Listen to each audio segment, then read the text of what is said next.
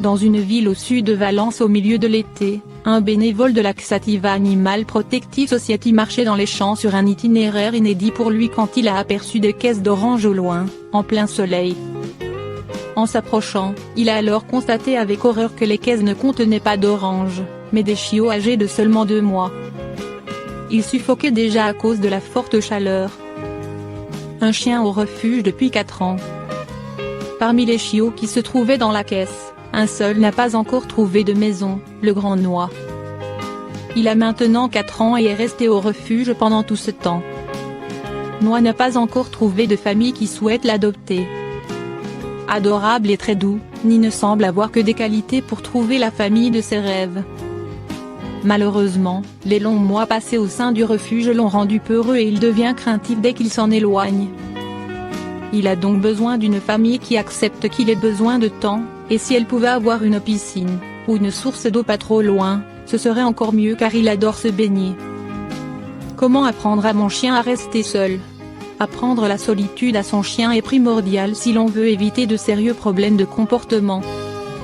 Et après le confinement du Covid-19 en particulier, il sera utile de rappeler à votre chien qu'il est capable de rester seul sans problème. Votre chien ne supporte pas vos absences. Il devient stressé. Il détruit, hurle, aboie et gémit. Il n'est plus propre. Vous ne pouvez pas le laisser seul sans que cela provoque une catastrophe. L'apprentissage de la solitude est nécessaire chez le chien, qui est un animal social vivant en groupe contrairement aux chats qui eux sont plutôt solitaires. Vous êtes quelque part son groupe à lui. Si votre chien se comporte ainsi quand vous partez, c'est qu'il est très attaché à vous. Voyons ensemble ce qu'il faut mettre en place pour aider votre chien à supporter la solitude lors de vos absences. C'est une forme de dépendance. Si vous craignez les effets du déconfinement sur le bien-être sur votre chien, retrouvez les réponses plus bas.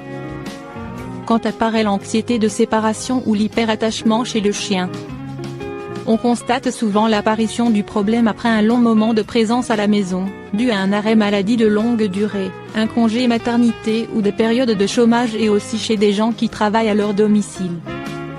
Tous les changements comme les déménagements peuvent aussi angoisser le chien. Il arrive aussi que les problèmes apparaissent dès l'arrivée du chien dans votre foyer. Il est important de commencer dès le départ l'apprentissage de la solitude. On ne compte plus le nombre de chiens abandonnés pour cette raison. Surtout si vous avez un chiot. Les maîtres désemparés ne sachant plus quoi faire abandonnent. Il faut donc progressivement apprendre le détachement à votre chien.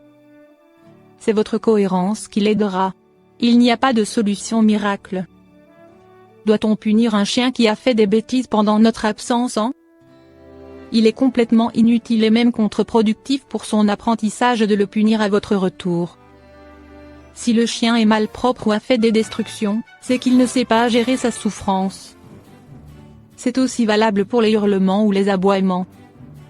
Si vous punissez votre chien, l'effet peut même être pire. Il continuera à détruire toujours plus. L'association qui se produit est « je détruis égale j'attire l'attention de mon maître ». Je sais qu'il est parfois très douloureux de voir ces meubles complètement détruits. Mais soyez patient. Si vous constatez des dégâts à votre retour, mettez votre chien dans une autre pièce et nettoyez ses bêtises hors de sa vue. Et toujours sans lui montrer le moindre intérêt. Gardez un positionnement neutre. Quel comportement adopter pour apprendre au chien à rester seul ? Voici une série de règles à mettre en place dès son arrivée à la maison pour agir progressivement sur l'émotion de votre chien.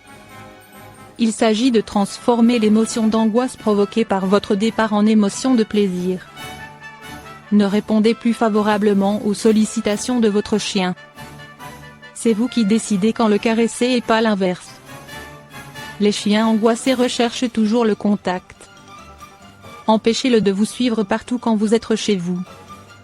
Il doit être capable d'être seul dans une autre pièce de la maison. Faites-le courir le plus souvent possible, dans des espaces nouveaux qu'il ne connaît pas. Vous allez lui faire éliminer son surplus d'énergie. Le sport permet d'évacuer le stress. Restez neutre vis-à-vis de votre chien 15 minutes avant votre départ et 15 après votre retour. Partir n'a rien d'extraordinaire, votre chien doit comprendre ça. Ne lui parlez pas avant votre départ et au retour. Déviez son attention lorsque vous partez avec un os à marcher ou des oreilles de cochon. Le mâchouillement permet d'occuper la mâchoire de votre chien. Exercice pour apprendre à son chien à rester seul. Voici un exercice simple à mettre en place pour apprendre la solitude à votre chien. Nous allons utiliser un con pour cet exercice que nous allons remplir de viande hachée.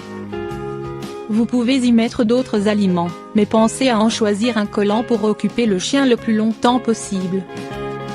Préparez vos cons et laissez-les à disposition dans votre réfrigérateur. Étape 1. Votre chien est très attaché, il vous suit même sous la douche ou dans les toilettes. Donnez-lui le con et changez de pièce pendant 5 à 10 minutes. Votre absence doit être synonyme de plaisir. Répétez l'exercice le plus souvent possible. Nous commençons l'exercice dans la maison pour favoriser le détachement de façon progressive. Lorsque votre chien commence à s'habituer et ne manifeste pas d'angoisse, passons à l'étape 2. Étape 2, faites des courtes absences en quittant votre foyer pendant 5 minutes puis 10 minutes puis 20, jusqu'à 1 heure d'absence. Vous donnerez toujours l'ensemble des jouets du chien et le fameux con rempli de bonnes choses. Son attention se portera sur le jouet et sur la nourriture au fond de celui-ci. Vous pouvez en donner plusieurs en fonction de la durée de votre absence. Mettez toujours un peu de nourriture au fond pour rendre l'accès difficile. Pendant ce temps-là, il ne sera pas occupé à aboyer, hurler ou détruire. Étape 3. Prolongez la durée de votre absence jusqu'à 6 heures ou plus. Dans les cas les plus sévères, il est recommandé d'accompagner l'exercice avec de l'homéopathie, des fleurs de bas et le collier ou diffuseur de phéromones apaisantes. Ce que vous ne devez pas faire lorsque vous laissez votre chien seul. Quelles sont les erreurs généralement commises par les propriétaires de chiens? Très souvent, nous avons toujours le même rituel. On parle au chien avant de partir. On touche aux clés, mettons le manteau et nos chaussures. Le chien comprend ce qui va se passer et commence à stresser. Ne parlez pas à votre chien avant votre départ. Évitez qu'il vous voie vous préparer à partir. Ne le punissez surtout pas à votre retour en cas de bêtise. Mettez-le dans une autre pièce et nettoyez hors de sa vue, au minimum pendant 15 minutes le temps de vous calmer. N'utilisez pas de caisse pour l'enfermer pendant votre absence. Cela augmente considérablement sa souffrance et son stress. Surtout s'il n'y a pas été habitué au préalable. Les colliers électriques anti-aboiement sont eux aussi inefficaces pour soigner ce problème. Ne gâtez pas votre chien à outrance en répondant à toutes ses sollicitations.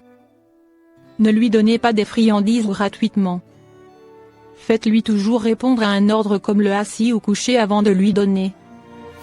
N'hésitez pas à faire appel à un comportementaliste pour vous aider dans l'apprentissage de la solitude de votre chien.